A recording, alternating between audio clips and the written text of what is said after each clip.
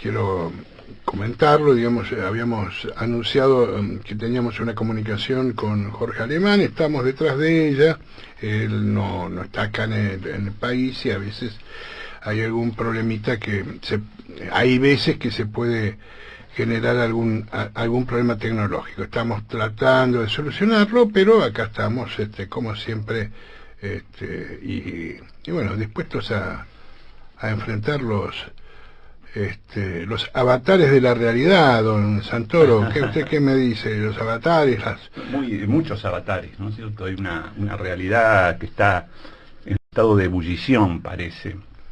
No hay lo que se están, uno lo puede ver a diario con solamente abrir un diario o poner la oreja un poco atenta, cómo se caen paradigmas, ¿no? Hay como está en funcionamiento una especie de máquina desmentidora.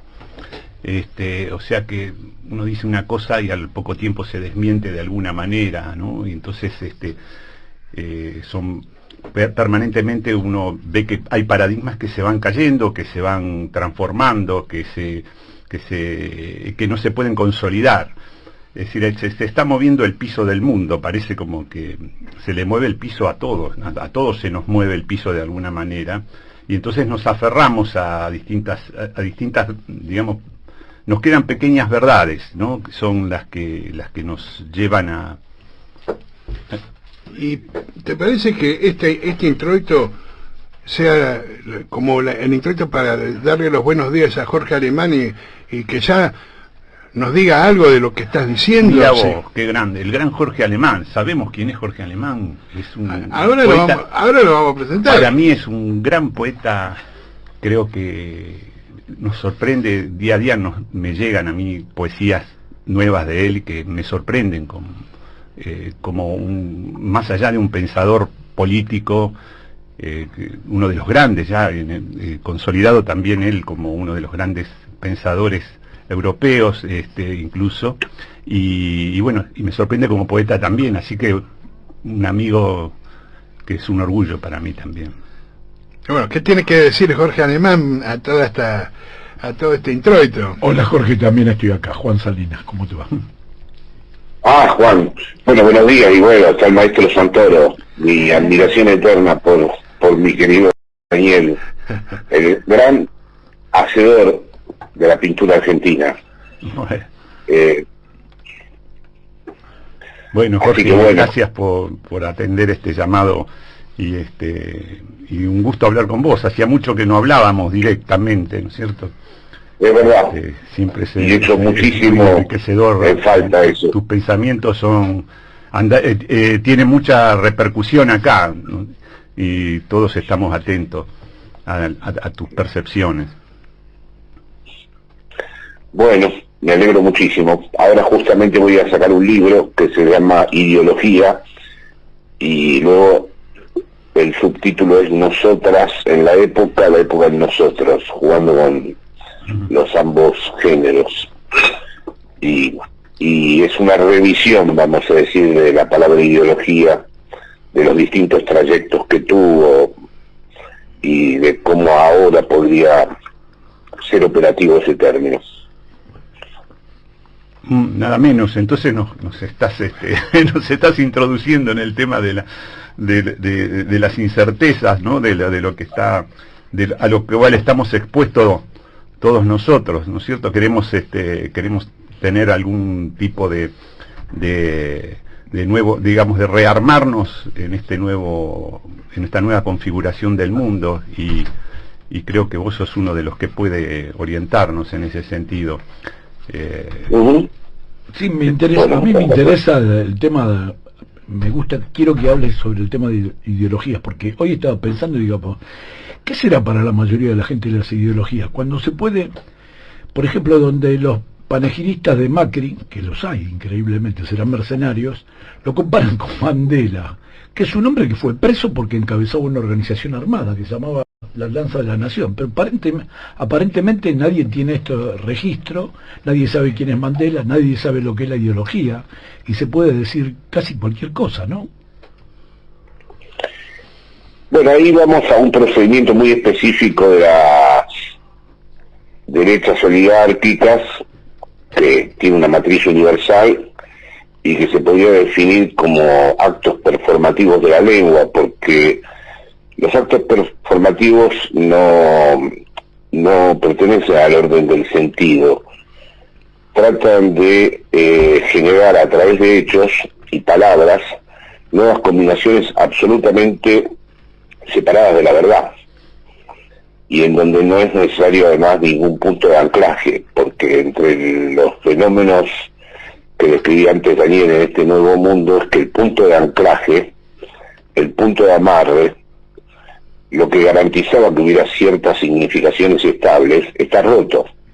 Con lo cual hay como una especie de nuevo gebelianismo, podríamos decir. Se puede decir, la tengo aquí a la célebre frase, se puede mentir una vez y otra vez y otra vez hasta volver de una mentira a verdad.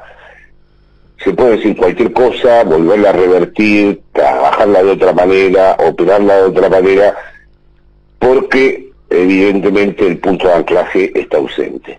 De allí que la famosa batalla por el sentido, de la que se habla mucho en la izquierda y en los movimientos nacionales y populares, debería ser revisada, porque nadie de la derecha quiere dar una batalla por el sentido. En realidad estamos dando una batalla por el sentido entre nosotros mismos, en todo caso. Pero para ellos es absolutamente indiferente el sentido. Se han despojado de las exigencias del sentido. Y en ese aspecto es una batalla desigual, podríamos decir, ¿no? O disimétrica. Por ejemplo, un término muy común entre los gramscianos sería disputar el sentido común. Pero es que no hay sentido común. El trayecto de Macri a Mandela es la mejor ejemplificación de esto. O su último libro. Pero igual, de todas maneras, no nos interesa solo, ustedes me cortan, compañeros, la operación que hacen los macristas. Nos interesa el campo de recepción de todo eso. Y ahí es donde para mí interviene el problema de la ideología, si entendemos por ideología no un sistema de ideas conscientes, no un sistema de representaciones que cada sujeto configura con respecto a la realidad. La ideología tiene toda una dimensión opaca, no reflexiva, no consciente, en la que participan otras cosas que las representaciones. Por ejemplo, participan fantasmas, mitos, identificaciones, una serie de cuestiones que son muy importantes porque han dejado fuera de juego un concepto que fue clave en el marxismo, que es el interés objetivo. No hay intereses objetivos que garanticen determinado funcionamiento o determinadas actitudes en los sectores populares. Hay muchos segmentos de los sectores populares, no todos, cuyos intereses objetivos se han difuminado y pueden participar incluso en aquello que va en contra de sus intereses objetivos. No sé si me están escuchando. Sí, claro. Sí. Pensaba en el vaciamiento de la palabra república, por ejemplo, ¿no? Que habló el presidente justamente de esto ayer en la ESMA, ¿no? Al conmemorar el 24 de marzo, el próximo 24 de marzo. Y sí, y cómo la gente, por ahí, alguna gente que realmente cree ser republicana, le hace el caldo gordo contra sus intereses objetivos a quienes avasallan absolutamente la república y todas las instituciones. La palabra, sí, efectivamente, la palabra república y la palabra libertad son dos grandes apropiaciones de las derechas actuales y son un parachoques o una barrera frente al populismo. No tienen otra función que una función negativa. No tienen ninguna definición positiva de la palabra libertad ni de la palabra república. En todo caso, si hay una definición positiva de la palabra libertad, es la libertad de mercado. Es libertad todo aquello que pase por la criba del mercado. Y por eso una de las novedades históricas es que las ultraderechas, ahora en Madrid es muy probable el gobierno de la ultraderecha, tenga la palabra libertad como bandera primordial. Y libertario, ¿no? Que no sé qué haría yo, Severino Di Giovanni, le pondría una bomba.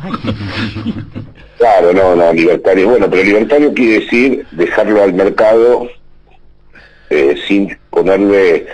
Es que antes, para que te llamaran comunista, había que hablar de la expropiación de los medios de producción, la reforma agraria, la nacionalización de la banca, por ejemplo, cosas que estaban en el movimiento nacional y popular peronista, en algunos aspectos, o estaban en el programa democrático de Allende.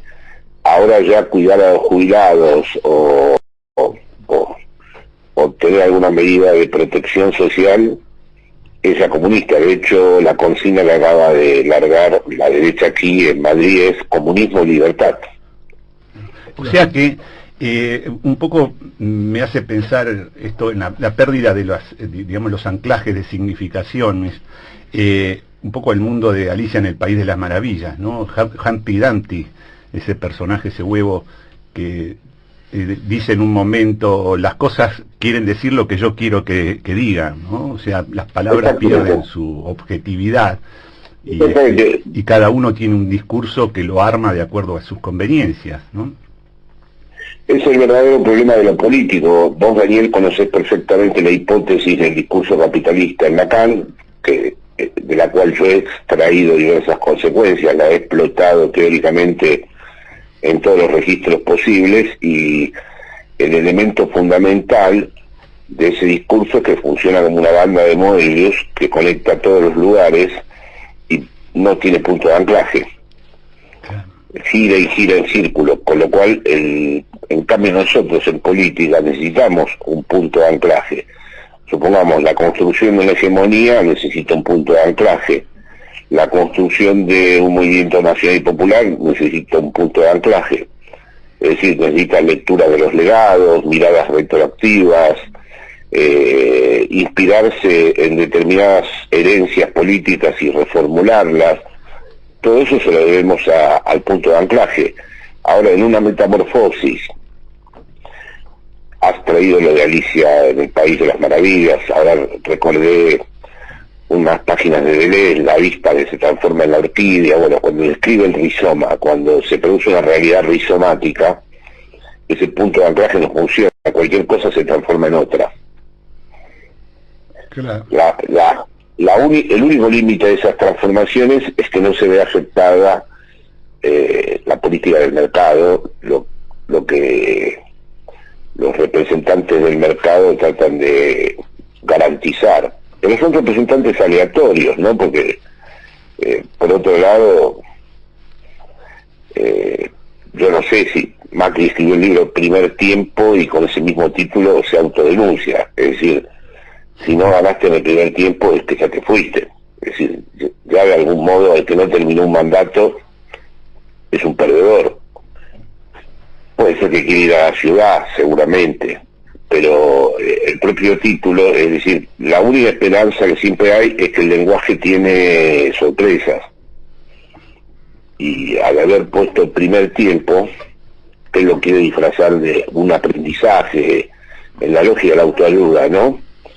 De un aprendizaje lento para otra nueva, para el segundo tiempo. Pero todos saben que si en un primer mandato, con todo el aparato que tuviste de tu lado, con todos los fierros que tuviste, con todo el aparato mediático, financiero, etcétera, judicial, etcétera, etcétera, no pudiste, es que sos un inepto. Y el primer tiempo denuncia esa ineptitud. Claro. Y bueno, y a partir de eso uno puede deducir algunas consecuencias de eso, ¿no? Por ejemplo, el estado de sospecha de todo, ¿no? Toda la proliferación de esos grupos que se autodefinen de las maneras más delirantes, desde los libertarios, los que vemos acá en el Obelisco, en España también los hay. Y entonces todas esas cadenas de sospecha que empiezan, ¿no? Desata una paranoia que no puede parar. Entonces, eso es una novedad política. Hay una paranoia que no es clínica, que no es la del sujeto psicótico paranoico convencional, y que ha sido capaz de extenderse colectivamente, porque, ¿qué es lo que ocurre? Al ser el capitalismo una máquina acéfala que nadie puede localizar y que nadie sabe dónde está, y ser absolutamente abstracta y buscar solo reproducirse a sí misma, eso da lugar a suplir esta ausencia de representación de esa maquinaria por teorías delirantes. Y estas teorías delirantes, es increíble la capacidad epidémica que tienen, porque además no solo niegan la pandemia, es decir, hay una revisión del heliocentrismo, es decir, lo de la Tierra es plana, ya hay un montón de gente formada intelectualmente que sostiene que la Tierra es plana. No. Y así, sí, y así derivan hacia una serie de personajes, Bill Gates, Soros, etcétera, etcétera, que estarían en un plan mundial de dominación, en donde la vacuna tiene un chip. En la Argentina esto se tradujo por la vacuna rusa, pero en realidad está pasando en todas partes, y el receptáculo político de esto es la ultraderecha, Sí, pero acá por ejemplo, no hay voceros de ultraderecha claros. Para mí, eso lo ha hecho Elisa Carrió, que es increíble que el multimedio le siga dando bola, después de que dijo que denunció penalmente al presidente por querer envenenar a la población con la Sputnik B. Es increíble, claro, que siga existiendo. Sí, en el caso de Carrió, su propia naturaleza es delirante, así que la afinidad de ella con ese mundo se hace sin ninguna violencia. Ella se integra naturalmente al mundo delirante. La que creo que explota mejor políticamente el mundo delirante en la Argentina, y la veo como la candidata a encarnar la equivalencia de las figuras de la ultraderecha en Europa, es la señora Bullrich. Por su pasado en Montoneros, donde aprendió, vamos a decir, todos los juegos que se pueden, todas las combinatorias que se pueden dar en el orden de la violencia política, la relación con Galimberti, etcétera, etcétera, y luego la decisión de jugar fuerte, la decisión de no tener límites, porque esto también es muy importante. Los políticos de las nuevas derechas deben carecer de límites morales, de límites éticos y de límites en relación con la verdad de cualquier tipo. Todo aquel que tenga límites no sirve. Eso es una cuestión ahí que despierta. Yo creo que hay de esa manera, creo, ¿no? Se autolimita un poco la llegada de la derecha a las capas populares. Es decir, creo que pasó, ¿no?, en muchas votaciones, en las sucesivas votaciones de los últimos años, en donde la amenaza de la ultraderecha no termina de concretarse. Hay como una especie de llegada a un abismo, ¿no?, al borde de un abismo que creo que todavía hay una mayoría consciente de que no se puede seguir avanzando hacia ahí. Y entonces ahí hay una especie de juego limítrofe, en donde, bueno, se llevan las cosas hasta un punto, pero no se pasa de ahí. Me parece que ahí hay un límite, ¿no?, con cierta racionalidad política que todavía hay en reserva, todavía queda, ¿no?, algo de eso. Sí, sin duda. En el caso de Argentina, además, porque el peronismo, gracias a su hermenéutica poderosísima y a su capacidad de reinterpretación interna y de sus permanentes traducciones, tiene un mundo simbólico muy potente. Entonces puede hacer de límite. Pero hay que recordar que también las derechas moderadas luego tienen que buscar en la base electoral de estas ultraderechas, y estas ultraderechas lo que han logrado es ya tocar muy seriamente la agenda de los que vayan a aparecer como moderados, como derechas moderadas, ¿no? Porque después necesitan los votos de estos sectores que ya han traspasado la barrera. Yo creo que es distinto en Europa, que es un desierto comunitario, en donde la comunidad porque la comunidad es en el único lugar en donde pueden surgir desde abajo siempre cosas que hagan de límite a esto, ¿no? Las cosas en política importantes pasan en la comunidad, luego pasan a la sociedad y finalmente a la política de Estado. Eso es el nudo Borromeo, digamos, para mí. No son tres círculos que se intersectan, sino que siempre un suceso político anuda comunidad, sociedad y Estado. Y la Argentina tiene la ventaja de tener una potencia comunitaria que procede de su movimiento nacional y popular. Y bueno, y después en función de eso se abren varias cosas. Por ejemplo, cuando empezó la pandemia y todos quedamos perplejos ante parecía que se detenía el mundo capitalista, llegaba a un punto de detención jamás registrado, ¿no? Duró unos meses esa posición de parálisis, y después aparecieron los primeros malestares que se expresaban en distintas movilizaciones y demás.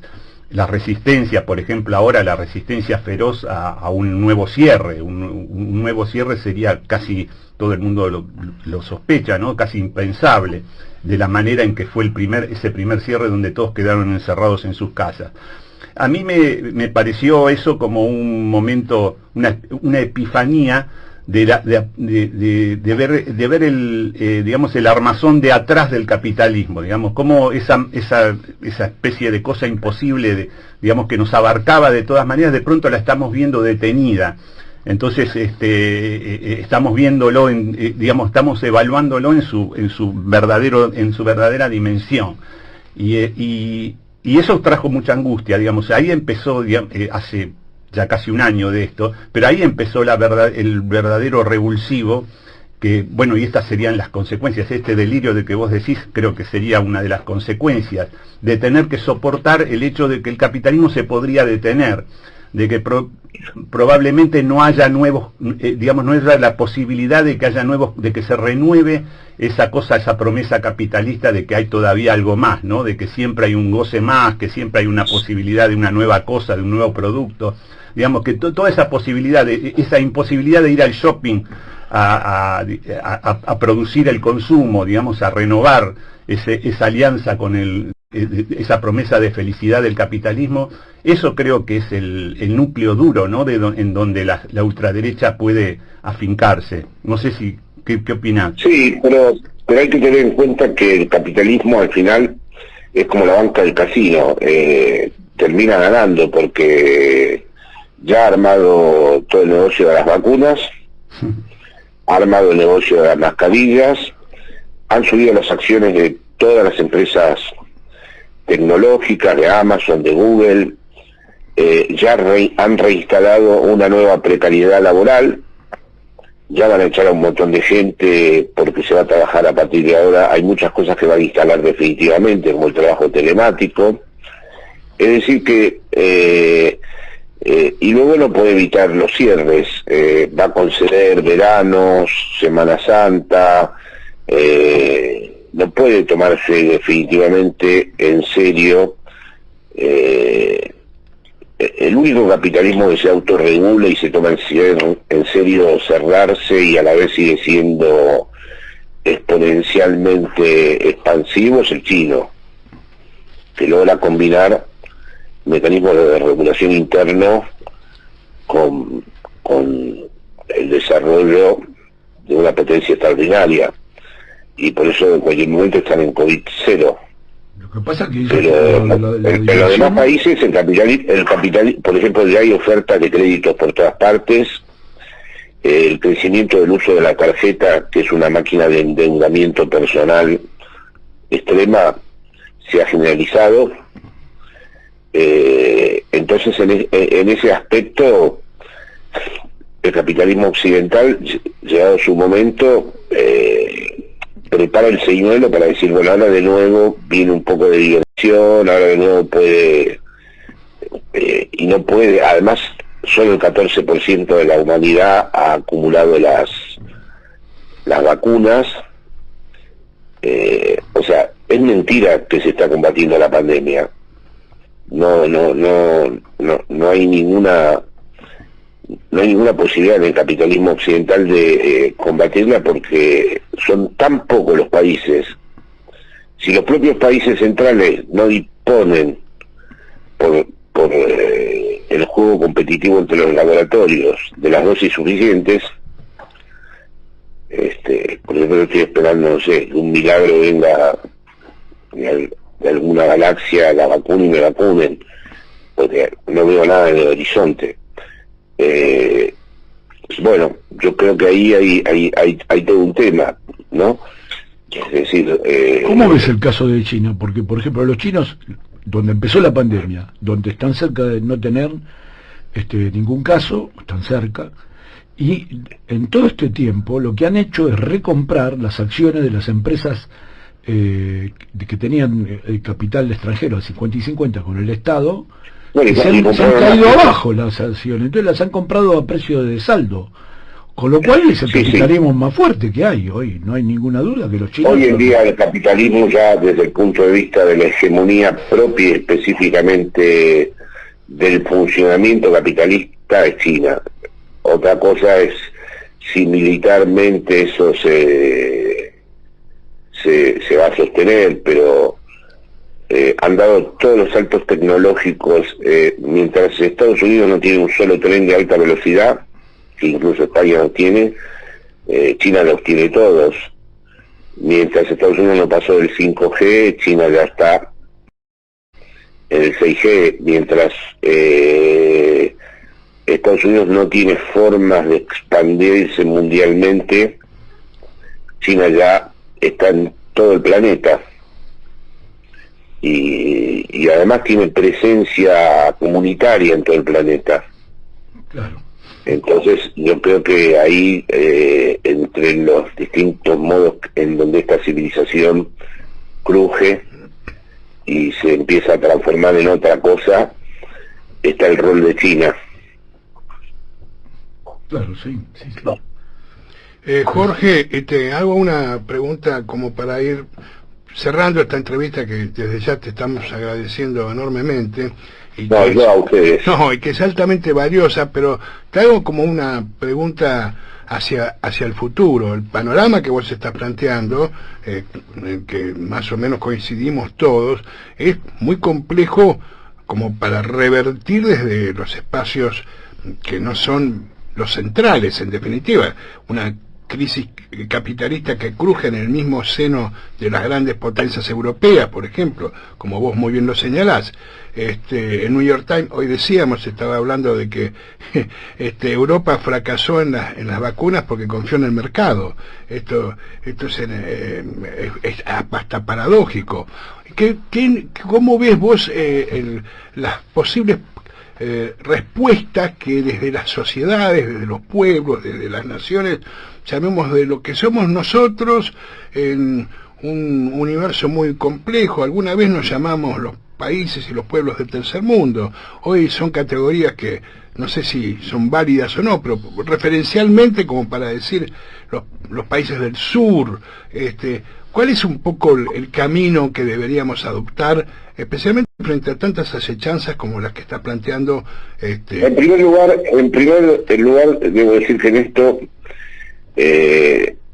tengo como una actitud neokantiana, es decir, la emancipación a mí me da igual si es posible o no.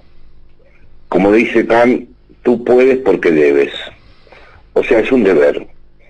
Así que, aunque no haya empíricamente nada que la confirme, sin ese deber la humanidad no tiene sentido. Por lo tanto, se debe insistir. Ese es mi punto de vista. Luego creo que hay una reformulación que se tiene que hacer. Entiendo por emancipación participar de un movimiento transformador histórico. Y tiene que ver con una cierta santidad, no en el sentido teológico, tiene que ser una santidad laica, pero eso exige que entonces uno ya no piense solo en términos colectivos, sino que piense en una revisión radical de uno mismo, en su manera de percibir las cosas, en su manera de sentirse en relación a los otros y a sí mismo. Tiene que haber como una cierta santidad en el sentido de no tanto distribuir los objetos de la necesidad, sino saber conservar todo aquello que pueda permitir que el deseo siga existiendo. Y luego tiene que haber una permanente reinvención de lo popular. Por eso yo, más que batalla por el sentido, estoy a favor de inventar nuevos sentidos.